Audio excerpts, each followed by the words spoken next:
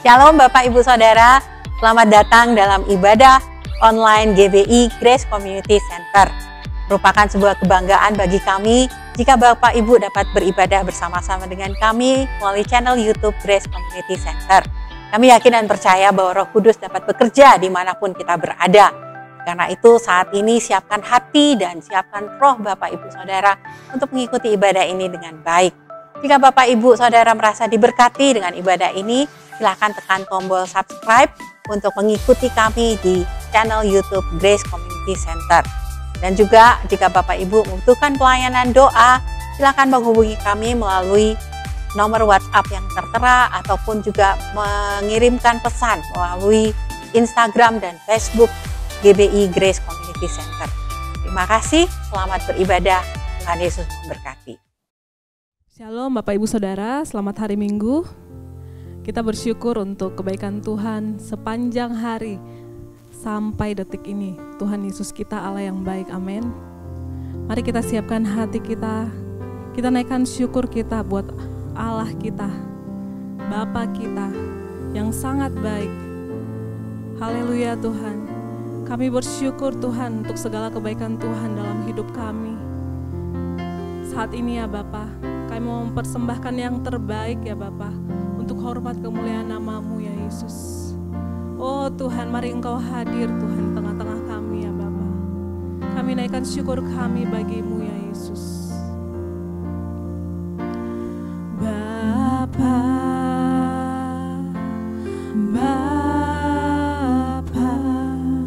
ku naikkan syukur padamu, Bapa,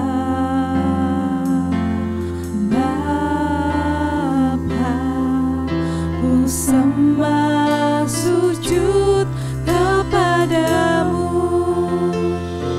Sungguh besar dan kudus nama-Mu,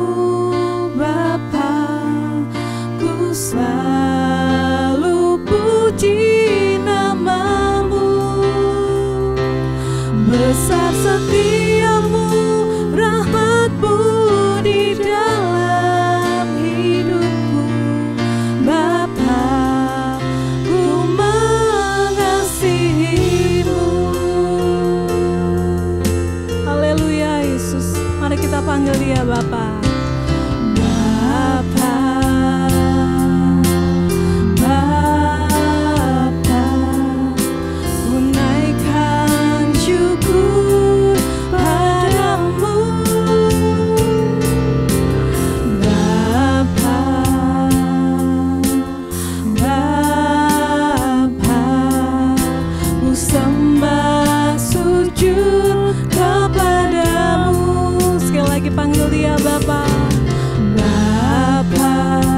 Percaya Engkau hadir Tuhan. Kami naikkan syukur kami bagi-Mu Tuhan. Naikkan syukur padamu, Bapa,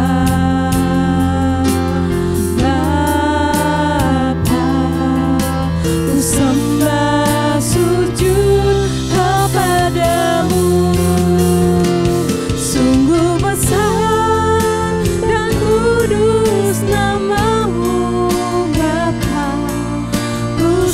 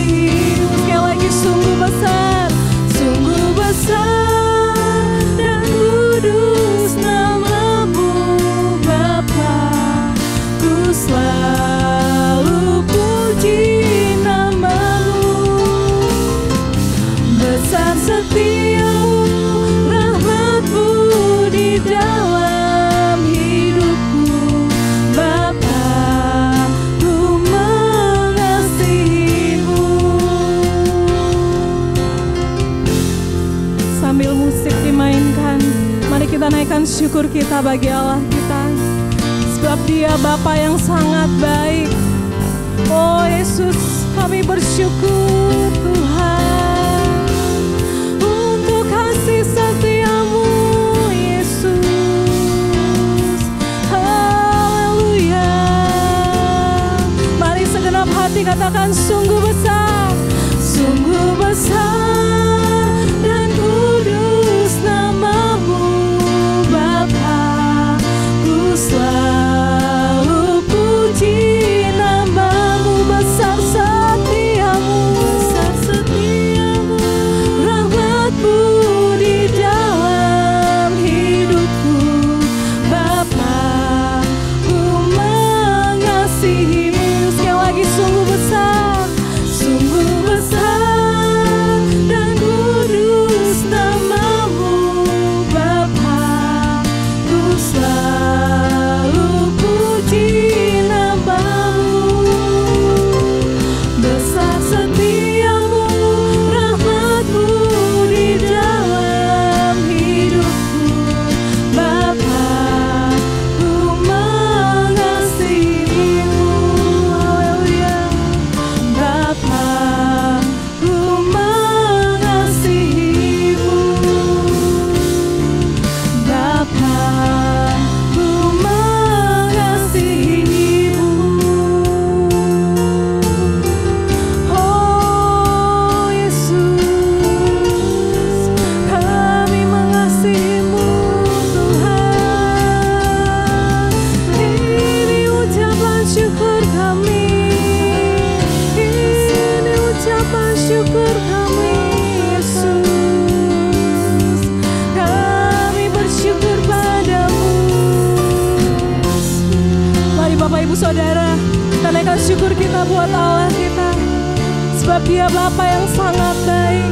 Kasih setia-Nya, rahmat-Nya selalu baru. Adalah seperti-Mu. Kami naikkan syukur kami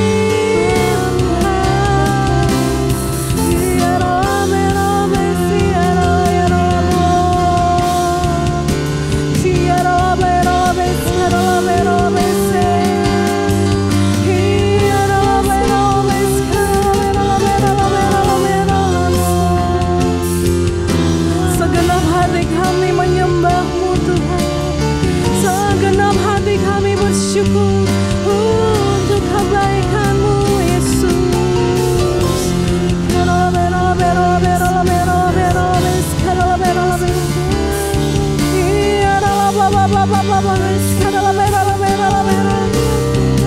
Oh Tuhan, hati kami bersyukur Yesus, sebab Kau yang layak kami sembah, sebab Kau yang layak kami agungkan.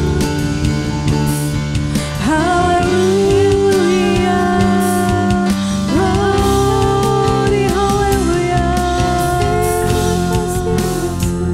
haleluya Yesus.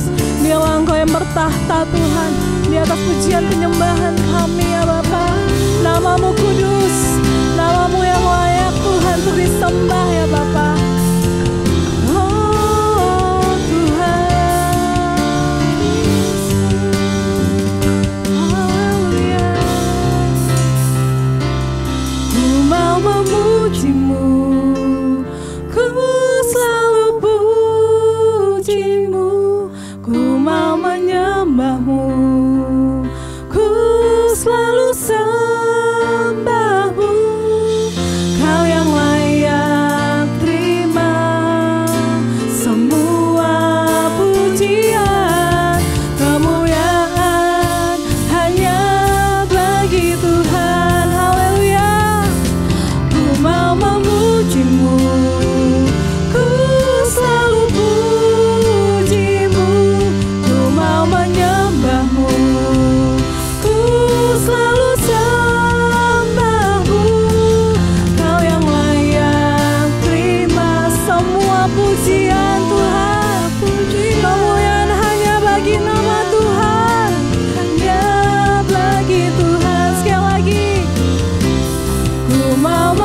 pujimu, ku selalu pujimu, ku mau menyembahmu, ku selalu sembahmu.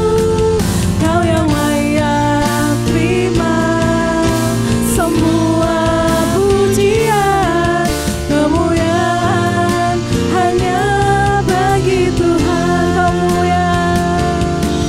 Kemuliaan hanya bagi Tuhan. Kemuliaan hanya bagi Tuhan. Haleluya. Berikan sorak-sorai meriah bagi Allah kita. Kemuliaan hanya bagi namanya. Haleluya Yesus. Glory Tuhan. Haleluya ya Bapa. Terima kasih ya Tuhan. Bapak Ibu Saudara, kita bersyukur dalam keadaan seperti ini. Tuhan mau supaya kita tetap tenang. Sebab kita percaya akan hadirat Tuhan. Hanya hadirat Tuhan yang membawa kita ke dalam ketenangan. Kami bersyukur ya Bapa. Apapun yang kami alami ya Bapa, kami menyerahkan semuanya hanya kepadamu ya Bapa. Sebab Engkau Allah yang sangat baik Tuhan. Bapa, Kau mendengar seruan hatiku, tak pernah Kau lepaskan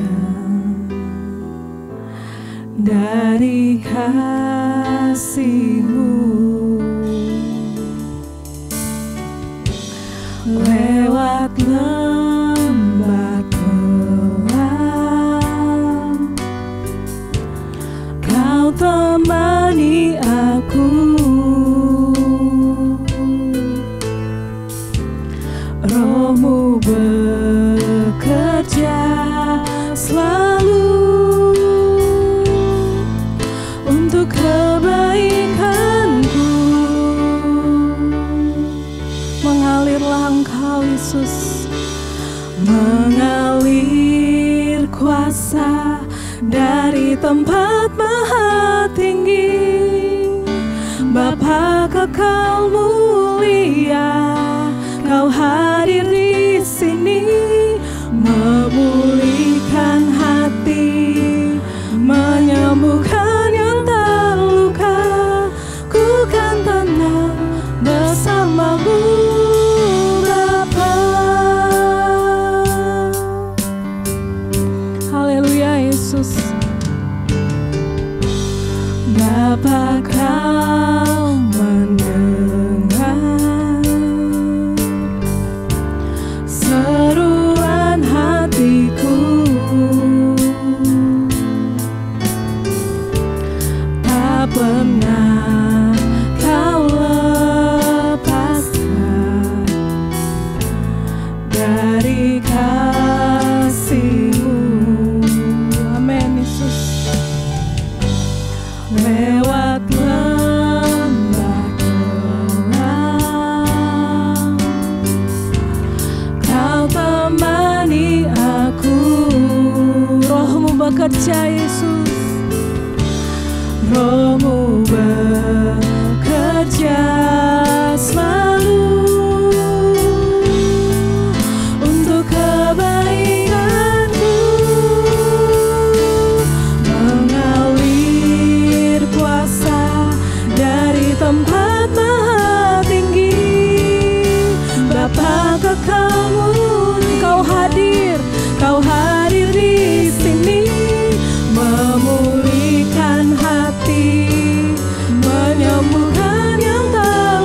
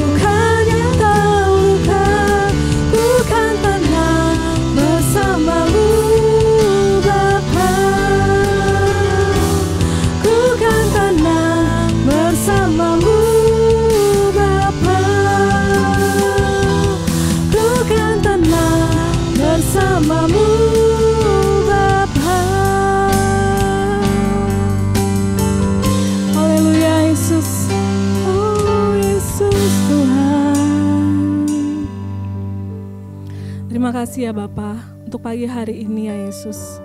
Kami bersyukur hanya dekat dengan Engkau Tuhan, kami tenang, kami aman ya Bapa. Mari Tuhan, Engkau yang berbicara bagi setiap kami Tuhan. Saatnya kami akan mendengarkan firman-Mu, Engkau yang memakai hamba-Mu Tuhan. Pakai setiap perkataannya menjadi berkat bagi setiap kami yang mendengar. Terima kasih ya Bapa, kami siap mendengarkan firman Tuhan di dalam nama Tuhan Yesus. Haleluya. Amin. Bapak Ibu Saudara, salah satu cara untuk kita memuliakan Tuhan juga adalah melalui pemberian kita. Tiba saatnya kita dapat memberi persepuluhan dan persembahan kita melalui transfer ke rekening yang tertera di layar Bapak Ibu, atau juga dengan men-scan kode QR yang ada di layar. Atau Bapak Ibu Saudara dapat membawanya ke kantor gereja pada hari kerja. Mari kita berdoa untuk persembahan kita. Bapa di surga, terima kasih bahwa Engkau selalu menyediakan segala yang kami butuhkan. Terima kasih bahwa Engkau selalu mencukupkan apa yang menjadi kebutuhan kami tepat pada waktunya. Terima kasih juga Tuhan untuk benih yang Kau berikan kepada kami, baik benih roti untuk kami makan maupun benih untuk kami tabur. Saatnya Tuhan kami akan menabur benih kami Tuhan, biar kiranya Engkau yang memberkati dengan limpah pemberian kami ini. Terima kasih Bapa, dalam nama Anakmu Yesus Kristus kami berdoa dan mengucap syukur. Amin.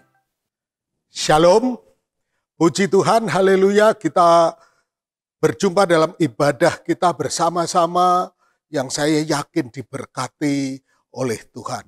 Dalam beberapa minggu ini kita membahas bersama-sama tentang hidup kita yang fokus. Hidup kita yang kita harapkan untuk terus maju dan memuliakan Tuhan. Yaitu satu hidup yang kita sadari bahwa hidup kita ada di dalam jalur perlombaan iman. Dan kita ingin dalam jalur perlombaan iman ini kita akan mengakhiri pertandingan iman dengan baik. Tetap memelihara iman dan hati nurani yang murni kita di hadapan Tuhan. Ya, kita ada di dalam jalur perlombaan iman. Dan firman Tuhan katakan supaya perjalanan kita baik dan sampai di sana, maka yang pertama Alkitab mengajarkan kepada kita supaya apa? Supaya kita menanggalkan beban dan dosa yang begitu merintangi kita. Apakah beban dan dosa yang begitu merintangi kita?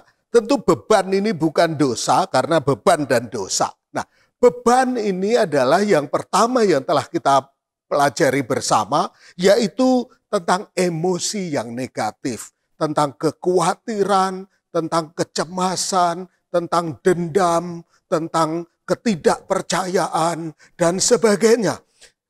Emosi yang negatif itu bisa menjadi beban bagi kita yang akan merintangi dalam kita berjalan dalam perlombaan iman. Nah, perlu kita tanggalkan emosi yang negatif. Juga perlu kita tanggalkan gaya hidup yang tidak produktif. Ada banyak pilihan untuk kita menentukan gaya hidup kita. Tetapi kita secara sadar, secara sungguh-sungguh kita memilih gaya hidup yang produktif, yang berbuah, yang memenuhi panggilan Tuhan. Amin. Jadi kita memilih gaya hidup tidak sekedar mengikuti arus, tidak sekedar sama dengan dunia ini, tetapi yang berbuah, yang memuliakan Tuhan. Dan juga tentang keinginan-keinginan yang tidak kudus. Harus kita tanggalkan. Keinginan-keinginan yang tidak kudus itu bisa menyita emosi pikiran kita, membelokkan fokus pandangan kita. Karena itu kita harus tanggalkan. Oke, keinginan-keinginan yang tidak kudus. Kita juga belajar supaya kita sampai kepada garis akhir, kita harus mengurangi hal-hal yang tidak penting supaya kita bisa mengerjakan yang penting. Mengerjakan yang Tuhan kehendaki dalam hidup kita. Untuk mengerjakan panggilan Allah yang mulia dalam hidup kita. Panggilan itu tidak akan tergantikan oleh apapun. bahkan oleh kekecewaan, sakit hati, kegagalan, apapun itu tidak menggagalkan kita, tidak menggeser panggilan Tuhan di dalam hidup kita.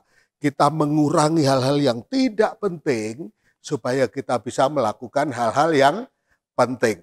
Dan hati kita selama dalam jalur perlombaan ini harus dikuasai oleh kasih Tuhan. Ya, hati kita harus dikuasai oleh kasih Tuhan karena kasih membangkitkan harapan dalam hidup kita. Kalau kita mengasihi anak kita, maka akan muncul harapan dalam hati kita. Sehingga kita akan bisa berbuat apa saja yang baik demi anak kita, demi keluarga kita. Juga bahkan demi pelayanan kita. Karena kita mengasihi pelayanan kita, maka muncul harapan di dalam hati kita. Sama seperti Allah. Allah menunjukkan kasih-Nya kepada kita ketika kita masih berdosa. Ketika kita masih berdosa, karena Allah mengasihi kita ketika masih berdosa, Allah tahu bahwa ada harapan untuk manusia berubah ketika dicintai, ketika dikasihi oleh Tuhan. Nah, cinta, kasih membangkitkan harapan dalam hidup kita. Nah, Bapak Ibu Saudara, kita berbuat digerakkan oleh kasih. Dan Amsal mengajarkan kepada kita, Amsal 14 ayat 23, dalam tiap jerih payah ada keuntungan. Dalam tiap jerih payah ada keuntungan. Tetapi kata-kata belaka mendatangkan kekurangan saja. Nah, jadi kita berjerih lelah. Ada banyak gunanya dalam berjerih lelah. Memang jerih lelah kita tidak selalu memberi hasil yang sesuai harapan kita.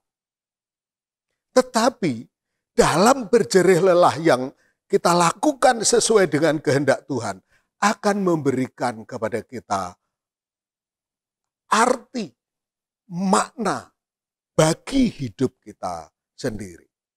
Memang untuk berjerih lelah, berjerih payah, menghabiskan energi dan itu membuat kita lelah. Tapi saya mau sampaikan, orang yang tidak berbuat sesuatu pun itu juga lelah. Lelah karena bosan, tapi juga lelah karena merasa tidak berguna. Karena itu kita berjerih lelah, bekerja dengan giat yang digerakkan oleh apa? Oleh kasih. Sekarang kita akan masuk ke dalam hal yang kita akan dalami bersama. Coba Bapak Ibu bayangkan. Kapan kita melakukan sesuatu dengan penuh semangat? Kapan kita melakukan sesuatu dengan penuh gairah, antusiasme, semangat ketika kita melakukan hal tersebut? Ya. Nah, coba bayangkan apa yang terjadi di dalam perasaan kita ketika kita melakukannya dengan semangat. Dalam perasaan kita apa yang terjadi? Dalam performa kerja kita, apa yang terjadi ketika kita melakukannya dengan semangat? Bahkan lingkungan yang memandang kita ketika kita melakukan dengan semangat, kira-kira seperti apa? Ya, nah, melakukan dengan semangat. Melakukan dengan segenap hati, dengan penuh antusiasme. Di dalam Alkitab ada contoh yang menarik, kisah yang menarik tentang orang kusta. Ada orang-orang kusta yang sedang ada di pintu gerbang. Nah, mereka berbincang-bincang tentang nasib mereka. Karena kota sedang mengalami lockdown. Sedang mengalami penutupan. Tidak boleh ada lalu lintas orang. Nah, ini orang-orang kusta ini ada di gerbang kota. Nah, saya bacakan bagi kita semua di dalam 2 Raja-Raja 7 ayat 3 dan 4. Kalau Bapak Ibu membaca ini akan menjadi kisah yang sangat menarik dan luar biasa. Ya, 2 Raja-Raja 7 ayat 3 dan 4. Pada hari itu 4 orang berpenyakit kulit, 4 orang yang mengerikan, berada di luar pintu gerbang Samaria. Mereka berkata satu sama lain, "Apa gunanya kita duduk-duduk di sini menunggu mati? Jika kita masuk ke kota, kita akan mati kelaparan karena kota sedang lockdown. Tidak ada sumber makanan apapun. Masuk kota, mati. Dan jika kita tinggal saja di sini, kita akan mati juga. Baiklah, kita ke perkemahan orang Syria. Paling-paling kita dibunuh oleh mereka. Tetapi ada kemungkinan juga kita tidak diapa-apakan." Nah, Bapak Ibu nanti bisa baca selanjutnya bagaimana kemudian mereka justru melakukan penjarahan terhadap aset, terhadap makanan dan apa saja yang dimiliki oleh orang-orang Syria. Nah, Bapak Ibu Saudara, mereka karena melihat nasibnya yang tidak bisa terus-menerus demikian, tidak bisa dalam keadaan status quo begitu, tidak bisa terus berdiam diri saja, mereka harus berbuat sesuatu untuk bertahan hidup. Harus berbuat sesuatu supaya mereka selamat. Nah, ada 3 kemungkinan. Masuk kota, tetap tinggal, atau menyeberang ke perkemahan musuh. Di perkemahan musuh banyak makanan. Dan akhirnya mereka berhitung. Masuk kota mati kelaparan, tinggal di sini juga mati kelaparan, tetapi ke sana bisa mati juga, tapi bisa hidup juga. Dan ketika mereka menentukan langkah dan bergerak sungguh-sungguh, mereka kemudian menjadi selamat. Nah, Bapak Ibu Saudara, coba perhatikan bahwa salah satu sumber utama semangat atau antusiasme kita adalah kebutuhan. Saya ulang, salah satu sumber utama semangat atau antusiasme kita adalah apa? Kebutuhan.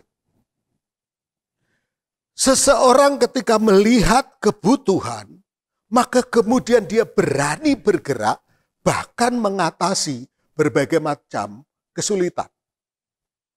Ada beberapa momen yang menarik bagi saya, misal contoh, ada seorang mama yang datang kepada Tuhan Yesus untuk disembuhkan anaknya. Tapi mama ini bukan orang Israel, dia orang Siro-Fenisia. Jadi bukan orang Israel, orang Siro-Fenisia. Bapak Ibu bisa baca dalam Markus 7 ayat 25-30. Ketika wanita itu menghampiri Yesus dan minta tolong supaya Yesus menyembuhkan anaknya, maka Yesus mengatakan kepada wanita ini, tidak patut memberikan roti kepada anjing. Coba, kalau kita datang kepada Yesus, terus kemudian dikatai begini, kira-kira bagaimana kita? Tidak patut memberikan hal yang baik, roti, kepada anjing. Ya, kepada anak. Artinya, ya kebaikanku hanya untuk Israel. Tetapi dengan rendah hati, wanita ini mengabaikan tersinggung, mengabaikan sakit hati, mengabaikan apapun. Karena apa? Melihat kebutuhan anaknya yang sakit. Karena melihat kebutuhan, maka dia abaikan semuanya. Dia rela, dikatakan demikian. Dan dengan rendah hati dia berkata, betul Tuanku. Tetapi anjing pun bisa beroleh remah-remah dari meja tuannya. Yesus sedemikian terkesan dengan perkataan wanita ini. Sehingga dia memuji wanita ini. Dan akhirnya dia menolong wanita ini untuk kesembuhan anaknya. Kenapa wanita ini bisa merendahkan diri, menerobos untuk ketemu Yesus padahal dia bukan orang Yahudi? Karena dia punya kebutuhan untuk anaknya. Kebutuhan itu menjadi pendorong untuk orang mengalami semangat, memiliki antusiasme. Satu kali ada orang yang baru dirampok. Orang itu tergeletak dalam kondisi yang lemah, sakit, tidak berdaya. Kemudian para tokoh agama lewat. 1, 2, tokoh-tokoh agama ini memandang, melihat, tetapi tidak berbuat sesuatu. Yang dirampok ini orang Israel. Tetapi satu kali orang Samaria lewat. Dia bawa orang yang tergeletak tersebut pergi ke rumah sakit dan dia katakan, aku bayar semuanya dan kalau kurang aku akan mampir lagi, aku akan bayar lagi. Kenapa orang Samaria ini rela menempuh perjalanan yang terganggu, yang terinterupsi karena dia melihat orang yang tergeletak tersebut? Karena dia melihat kebutuhan orang yang memerlukan pertolongan. Karena dia melihat kebutuhan itu, dia mengabaikan kesulitan, dia mengabaikan penundaan, dia rela lakukan semuanya. Dia melihat kebutuhan. Kita sering membaca Yesus yang tergerak hatinya oleh belas kasihan. Karena apa? Karena dia melihat kebutuhan. Dia melihat kebutuhan jiwa-jiwa yang kalau mereka pulang akan tergeletak di tengah jalan karena mereka sudah sangat lemah. Karena itu dia perintahkan para murid-murid, beri mereka makan. Tergerak hatinya oleh belas kasihan. Jadi kebutuhan menjadi sumber semangat atau antusiasme. Tetapi kalau kita belajar orang Samaria yang baik hati tadi, ada banyak orang lewat. Tetapi mereka tidak tergerak, mereka tidak terdorong untuk menolong. Tapi orang Samaria ini tergerak untuk melihat dan bertindak. Karena apa? Karena bukan hanya sekedar melihat kebutuhan, tetapi kebutuhan yang kita temui akan membangkitkan antusiasme dan semangat kita jika mendorong kita untuk bertanggung jawab. Suatu kebutuhan akan menimbulkan semangat dalam hidup kita kalau kebutuhan itu mendorong kita, membangkitkan kita untuk apa? Untuk bertanggung jawab. Ada banyak kebutuhan di sekitar kita. Tentu tidak semua menjadi tanggung jawab kita. Betul? Di pinggir jalan kita ketemu banyak orang-orang bermasalah. Di lingkungan kita juga ada banyak orang bermasalah. Tetapi ada hal-hal tertentu yang membangkitkan tanggung jawab kita. Dan itu akan mendorong kita dengan semangat, dengan antusias untuk bertindak. Pada waktu kita melihat sesuatu seperti peristiwa orang Samaria yang baik hati, ada orang-orang yang melihat hanya terbatas sampai pada wacana, sampai pada bahan diskusi dan pembicaraan. Tetapi kita bisa melihatnya dari sudut pandang peran dan tanggung jawab kita kepada satu kebutuhan. Jadi pada waktu kita melihat suatu kebutuhan, kita bisa mengkaitkannya, hubungannya terhadap apa? Peran kita dan apa? Tanggung jawab kita terhadap kebutuhan tersebut. Kita bisa melihatnya dari cara Tuhan melihat kebutuhan tersebut. Dan kemudian Tuhan menaruh beban dalam hati kita. Karena itu saya mau sampaikan, jangan padamkan jika Tuhan menaruh beban dalam hati kita.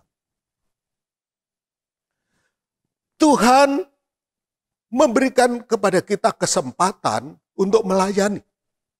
Ada banyak sekali model pelayanan yang bisa dikerjakan. Tetapi kita dibukakan oleh Tuhan pengertian, kita dibukakan oleh Tuhan hal yang bisa kita kerjakan sesuai dengan peran kita, yaitu kita melayani jiwa-jiwa, supaya jiwa-jiwa tersebut beroleh kasih karunia di dalam Yesus, mereka dimuridkan, supaya mereka menjadi dewasa dan juga bisa melayani Tuhan. Betul? Jadi kita melayani, ada banyak kesempatan untuk melayani, tapi kita melakukan hal-hal yang berkaitan dengan peran dan tanggung jawab kita yang diberikan Tuhan kepada kita.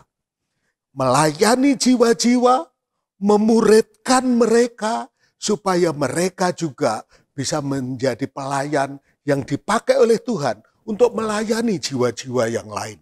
Ada banyak orang yang memerlukan kasih Tuhan dan kita tidak bisa mengerjakan sendiri.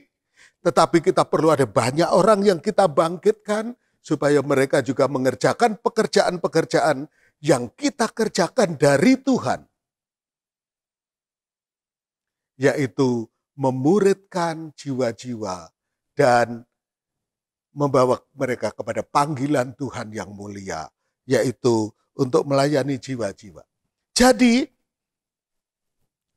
karena itu doa kita, Allah menaruh cara pandang terhadap kebutuhan yang peka, yang tajam, dan yang jelas. Saya ulang, mari kita juga berdoa supaya Tuhan memberikan kepada kita cara pandang. Cara pandang yang dari Tuhan. Cara pandang yang peka terhadap kebutuhan. Yang tajam. Sampai kepada kebutuhan yang paling dalam. Bukan sekedar yang nampak sekilas saja. Dan yang benar-benar jelas. Yang membangkitkan rasa tanggung jawab dalam hati kita. Untuk melakukannya. Karena itu Allah adalah sumber semangat dan antusias kita. Allah sumber semangat dan antusias kita. Semakin kita dekat dengan Allah, semakin kita memiliki hubungan yang baik dengan Tuhan, melalui doa, melalui firman, melalui persekutuan kita bersama-sama dengan saudara seiman, melalui pelayanan kita kepada jiwa-jiwa, di mana pelayanan kita selalu disertai oleh Tuhan, maka semakin kita dekat dengan Allah, kita bisa menangkap denyut hati, denyut jantungnya Tuhan. Dan kita akan peka terhadap kebutuhan di sekitar kita. Kita akan memiliki kepekaan terhadap kebutuhan-kebutuhan yang ada di sekitar kita. Kita akan mengerti apa yang dianggap oleh Tuhan sebagai sesuatu yang penting, yang mendesak, yang mulia, dan yang berguna. Mungkin orang lain berkata, jangan terlalu ikut campur, nanti repot kita, nanti susah kita, nanti kita keluar biaya macam-macam kita. Jangan. Mungkin orang lain berkata demikian.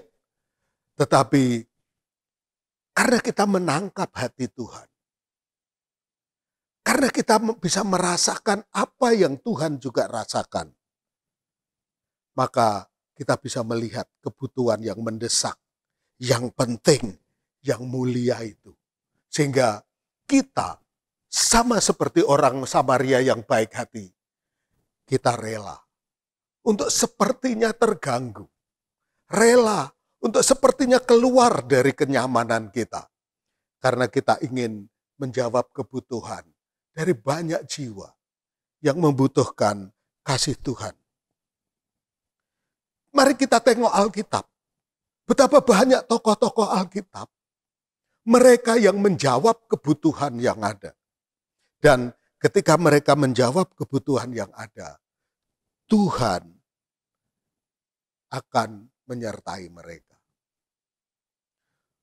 Kita bisa melihat bagaimana Musa, bagaimana Daud, bagaimana Rasul Paulus melayani, dan bagaimana penyertaan Tuhan atas para tokoh Alkitab. Dan demikian juga atas kita. Kita sudah mengalaminya itu. Kita sudah menyaksikan, kita sudah melihatnya itu. Kebutuhan yang membangkitkan tanggung jawab akan mendorong kita untuk melakukan segala sesuatu dengan antusias. Ya. Nah, karena itu Paulus menyampaikan ini kepada jemaat di Roma. Roma 12 ayat 9-11 berkata demikian. Hendaklah kasih itu jangan pura-pura. Jauhilah yang jahat dan lakukanlah yang baik. Hendaklah kamu saling mengasihi sebagai saudara dan saling mendahului dalam memberi hormat. Ayat 11 kita baca sama-sama. 1, 2, 3. Janganlah hendaknya kerajinanmu kendor. Biarlah rohmu menyala-nyala dan layanilah Tuhan.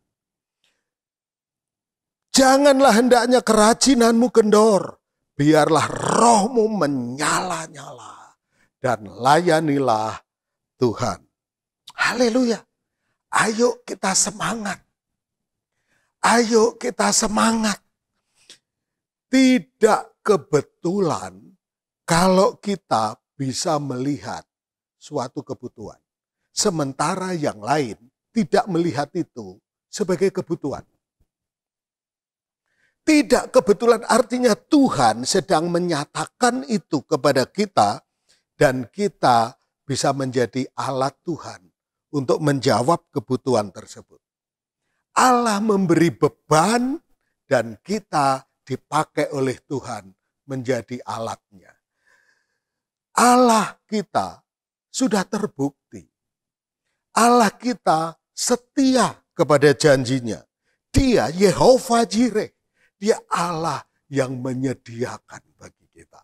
Ketika kita menjawab kebutuhan, ketika kita mengerjakan untuk kebutuhan itu, maka Dia Allah yang menyediakan bagi kita untuk menggenapi panggilannya atas kita semuanya. Amin. Dengan melakukan sesuatu yang berguna, hidup kita akan menjadi antusias. Hidup kita akan penuh dengan gairah. Dengan menjalani hidup yang berguna, maka kita tahu betapa mulia hidup ini.